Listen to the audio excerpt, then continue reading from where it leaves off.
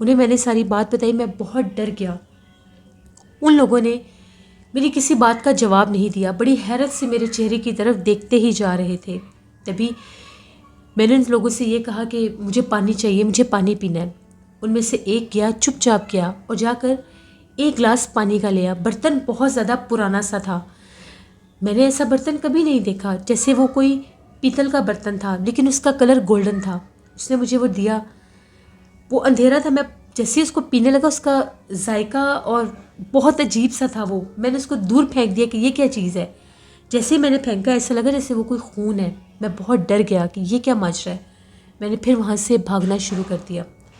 جیسے میں نے بھاگنا شروع کیا مجھے بہت خوفناک آوازیں سنائی تھیں. ایسا لگ رہا تھا کہ جس طرح سے وہ مجھے آوازیں دے رہے ہیں. بس اسی راستے پر بھاگتا بھاگتا میں گاؤں کی آبادی میں پہنچ گیا. جیسے میں گاؤں کی آبادی میں گیا، میں بہت زیادہ شور مچا رہا تھا. کتوں کے بھونکنے کی آوازیں بھی آ رہی تھیں. ایک آدمی سائیکل پر میں نے دیکھا. بس اس کو میں نے دور سے دیکھا. میں وہیں گرا اور بے ہوش ہو گیا. جب میری آنکھ کھلی تو میں گاؤں کے ایک مکان میں تھا. یہ اس کے پاس والا گاؤں تھا. ان لوگوں نے مجھ سے پوچھا کہ تم کون اور تمہارے ساتھ کیا ماجرا پیش آیا ہے. میں نے انہیں ساری بات بتائی کہ اس طرح سے اس راستے سے میں جا رہا تھا تو میں نے اس گاؤں میں جانا تھا. میں نے اپنے دوست سلیم کے گھر جانا تھا تو میرے ساتھ یہ حادثہ ہو گیا. ان لوگوں کا یہ کہنا تھا گاؤں کی وہ جو بیرونی حدود ہے وہاں پر بہت زیادہ جنات آباد ہیں. وہ جنگل کا ویران حصہ ہے. وہاں پر بہت قدیم اور پرانے درخت ہیں. وہاں پر باقاعدہ جنات کے قبیلے اور آفتوں کے قبیلے آباد ہیں. تم نے اسی میں سے کسی کو دیکھا ہوگا. اس گاؤں کے بارے میں یہ مشہور ہے کہ وہاں کے کسی بھی پیڑ کے اوپر وہ جنات کسی کا جھولا نہیں رہنے دیتے. جو کوئی بھی وہاں پر جھولا لگاتا ہے وہ جھولا رات کے وقت غائب ہوتا ہے. اسی لیے اس گاؤں میں کسی بھی گھر کے آنگن میں یا کسی بھی جگہ پر کوئی جھولا نہیں ملے گا تمہیں.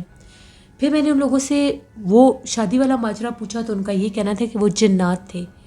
وہاں پر ایک ایسی جگہ ہے جہاں پر ایک قدیم اور پرانا قبرستان ہے. وہاں پر اکثر ان لوگوں نے بھی جنات کی شادیاں دیکھی ہیں.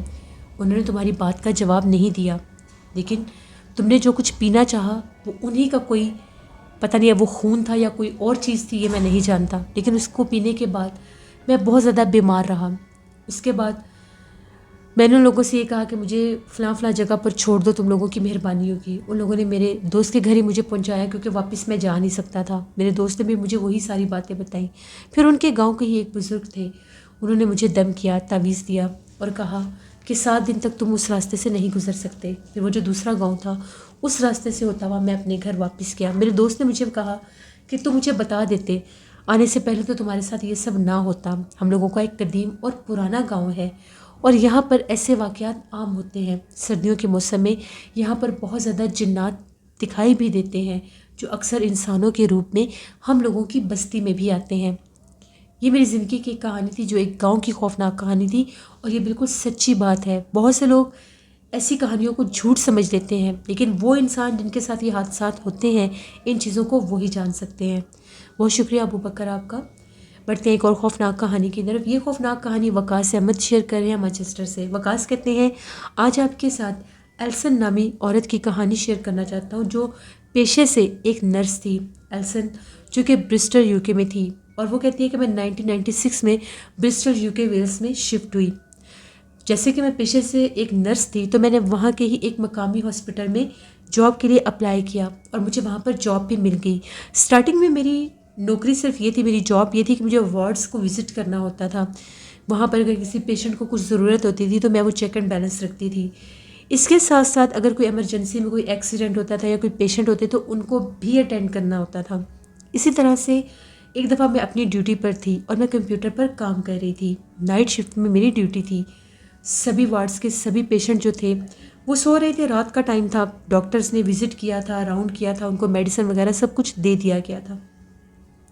وہاں پر وارڈ کا جو آخری کمرہ تھا وہاں پر ایک بوڑھا شخص تھا جو ایڈمٹ تھا.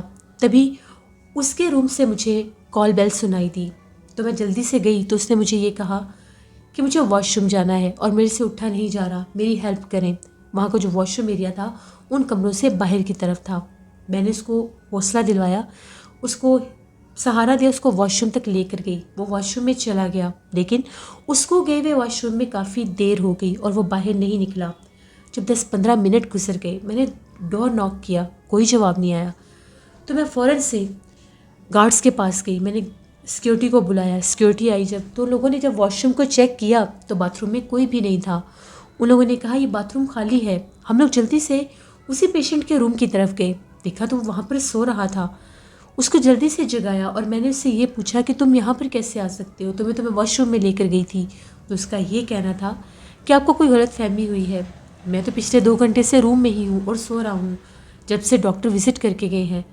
مجھے سمجھ بھی نہیں آیا کہ میرے ساتھ یہ ہوا کیا ہے۔ اس کے چند دن کے بعد ہی اس بوڑھے پیشنٹ کی اچانک سے ڈیتھ ہو گئی۔ اس کے کوئی بھی لواحقین نہیں تھے، کوئی بھی اس کے فیملی والے نہیں تھے، تو پولیس نے مسٹیریس ڈیتھ ہونے کی وجہ سے اس کو ایک کیس بنا دیا اور یہ کہا کہ ہم لوگ اس کی انویسٹیگیشن کریں گے۔ میرے ذمہ یہ ڈیوٹی لگی کہ اس کا جتنا بھی سامان ہے مجھے ارینج کر کے پولیس کے حوالے کرنا ہوگا۔ جب میں اس کے سامان کو ارینج کر رہی تھی تو میں نے وہاں پر ایسی چیزیں دیکھیں جن کو دیکھ کر میرے رونگٹے کھڑے ہو گئے۔ وہ ایک جادوگر تھا، اس کے پاس جادو کی بہت سی کتابیں تھیں اور ان میں ایسے عملیات تھے جو شاید کوئی انسان جان بھی نہ سکتا ہو۔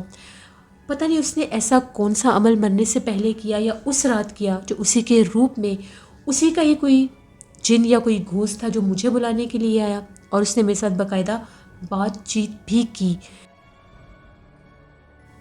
میں بہت زیادہ خوفزدہ ہو گئی کہ یہ سب کیسے ہو سکتا ہے۔ اس کے بعد وہ روم کچھ دن تک تو خالی رہا، لیکن اس کے باوجود اس روم سے باقاعدہ ایسا محسوس ہوتا تھا کہ جیسے وہاں پر کوئی موجود ہے، کسی کی موجودگی وہاں پر رہتی تھی۔